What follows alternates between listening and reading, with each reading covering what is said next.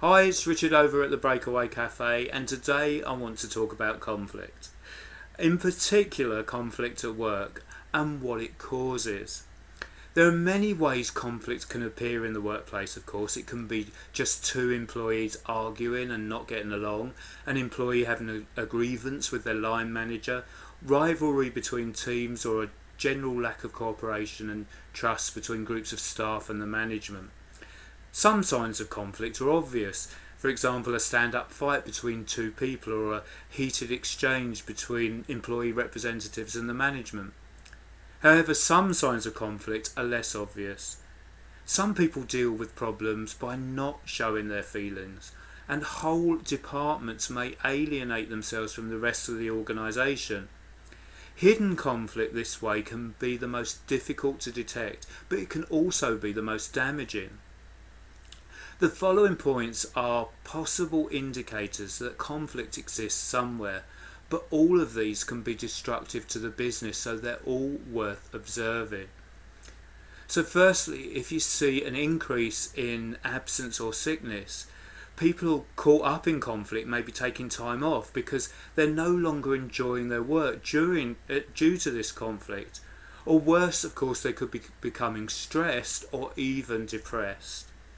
Also, there's behavioural changes. Employees start to quarrel, ignore each other, there's less social activity between them. These are also signs there could be a conflict. Productivity dropping. More mistakes being made, more complaints, and less cooperation between staff.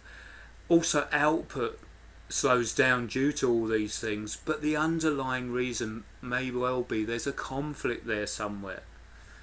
Lack of motivation. Employees that are slow to resume work after breaks, less likely to volunteer, and then there is no input or little or no input at staff meetings. These points all need to be observed as possible reasons for conflict. Resolving conflict may be as easy as having a quiet word. However, if conflict is not discovered and managed early on, it can cause very costly damage to the business and the loss of good staff. Now, some of the causes of conflict are as follows. Right. There could be poor working environment, poor management, bad communication, of course, bullying, harassing, unfair treatment, lack of training, unclear job descriptions, and unequal opportunities. These are all reasons why conflict may start. Although many disputes may be resolved with just a brief informal conversation, listening and allowing your employees to express themselves and their concerns about what is troubling them is key here. Some more serious issues, of course, may require the use of a formal company policy, such as a disciplinary or grievance procedure, and training may be required, in particular with the management, on issues such as dealing with difficult conversations, for example.